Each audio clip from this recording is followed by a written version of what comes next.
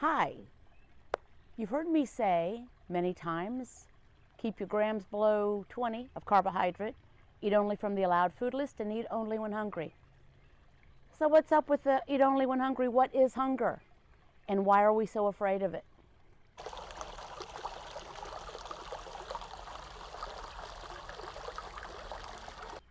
Hi, I'm Casey. I talk about the ketogenic diet, the impact it's had on my life, and how I have come to lose, as of recently, 95.4 pounds on following the plan. Thanks for joining. One of the biggest challenges for me, and I think for many people, even when folks have become keto adapted or fat adapted, meaning that we burn fat for fuel, and we maybe have the food nailed down. We know what to avoid, how to moderate things. It can be a challenge to live up to one of the tenets of this plan, which is eat only when you're hungry. And that seems really basic, right? Eat when you're hungry. Sleep when you're tired. It seems like we should not have to figure out what this is. And maybe some of you don't struggle with it. I have done. I feel like I have a much better handle on it now, and since I have gotten a better handle on it, my weight loss, which had kind of plateaued out for a while, understandably, because I'm much nearer the end point than the start, but it took off again. I mean, it didn't take off, but I've lost weight. But the question comes up, not only what is hunger, but also that kind of folds into people dreading hunger, being afraid. The question comes up, what kind of snack foods can I take along in case I'm out and about, I'm driving around, and I get hungry? So I want to talk about those two things. The first one I want to talk about is the second one I just brought up. What if I get hungry and I'm out and about? Okay, well, I would challenge you to realize that if you get hungry, it does not equal instant death, okay? We can be hungry and we'll be fine. So I would challenge you to not worry about it too much. And that folds into the idea of what is actual hunger and why are we afraid of getting hungry. I asked Dr. Westman about it a couple of months ago after one of the meetings, because the question comes up so often about being hungry. What if I get hungry? I said, why are people so concerned about being hungry even when they're following this way of eating and everything's going well? And he likened it to, hunger, the hunger version of PTSD. Being hungry this way, when we're eating this way on the ketogenic diet, for me, is a different sensation than hunger when we are glucose burners, when we're burning sugar for fuel. Keep in mind that when you're burning glucose for fuel, since glucose can't be stored in the blood, it has to be pushed out into the cells if it's not used immediately. And if your brain is using glucose for fuel, as opposed to ketones, which it loves ketones, but say it's burning glucose, since it can't be stored in the blood, you need to kind of keep supplying it. The brain says, get me some more glucose, please. Getting low. And the brain is going to demand it because the brain takes more energy than any other part of the body. It takes about 600 calories a day, even for tiny brains, to function. So your brain says, go eat something. So if any of you have ever had the sensation of, it's 10:30 in the morning, you ate a standard American diet, even if you're trying to do what the government told you to do, eat 60% of your calories from whole grain carbs, about 10 o'clock, 10:30, you need to eat something. You say, why is that? I had a nice good breakfast, but I'm hungry. I better find something. And it's more than just, oh, I'm peckish. I need to find something to eat. So you go to the vending machine, or you stop off at a fast food place, you go back home, or you walk into the kitchen and you find something to eat. And then it's lunchtime, so you eat. I mean, like every 2 hours you need to eat something. And by the afternoon, you've gone up and down like this so much. This is when you're a glucose burner, not when you're a ketone burner. About 2, 3 o'clock in the afternoon, there might be instant death. for those around you if someone does not get you a muffin or a cookie or a candy bar or some M&Ms or something to eat, because your brain is telling you that. It has lots to do with the insulin levels and spikes and everything else.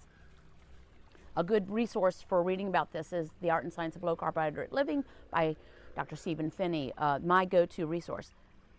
At any rate, so that doesn't feel good. That really feels like almost, not to be, over the top about it, but it feels like a little bit of a brain emergency. Your brain is telling you to eat. It's hunger.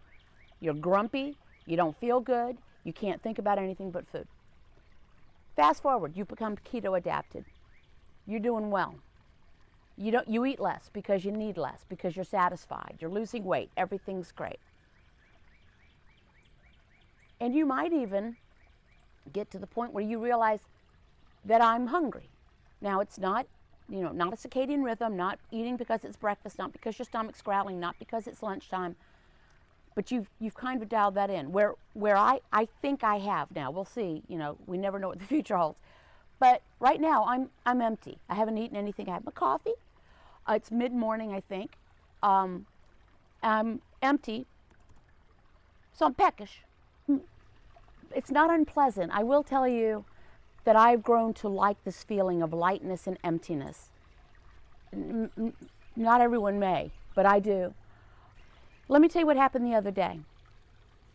So I had about the same sensation. I was empty, and I thought, I could eat, but I was distracted doing something else. I was doing the morning bookkeeping.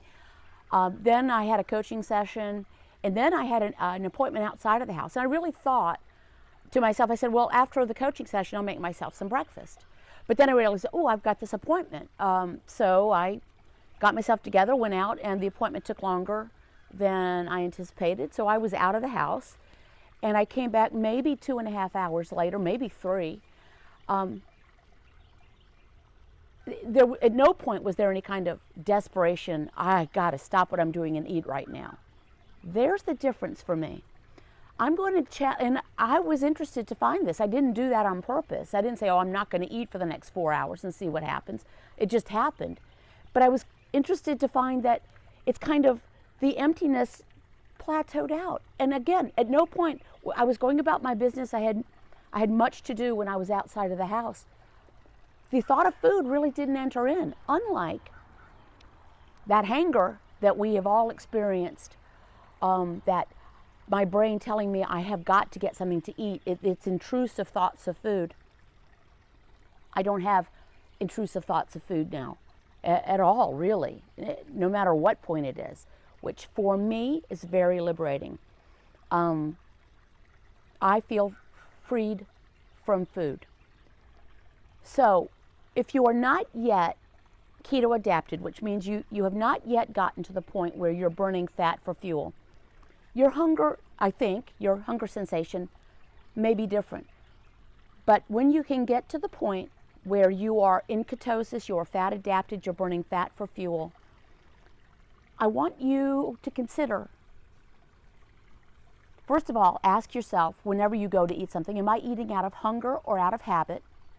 That was a game changer for me when I started asking myself that question. That was about 1.5 years ago.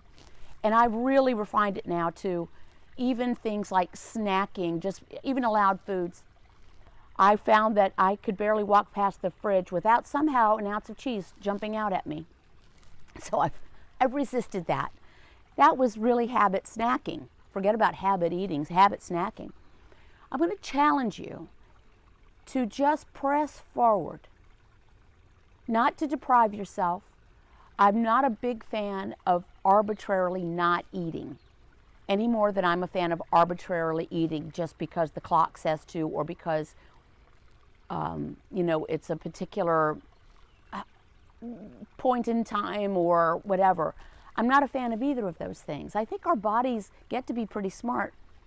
We just have to retrain them to listen to the cues, to listen to our bodies. If you think about it, we have other primates, other animals. You don't have to tell them when to eat. They know when to eat. If they're not hungry, they don't eat. If they're hungry, they eat.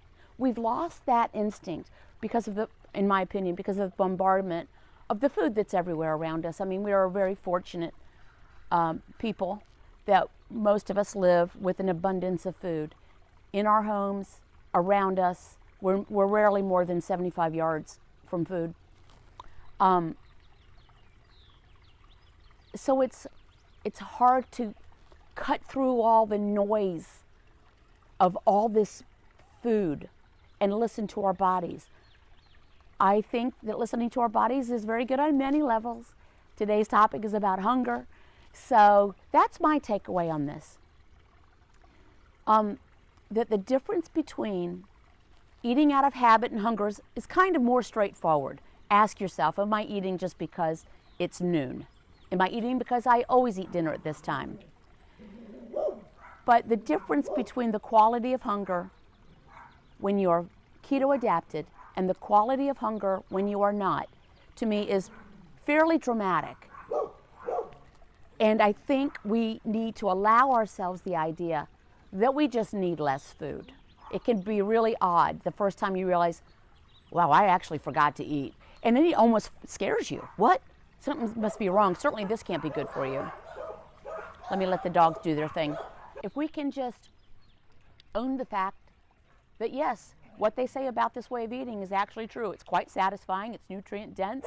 You need less food. Your body has on board many reserves of calories. You don't need to eat as often. And being more than an hour away from eating when you're fat adapted, Atticus, is not,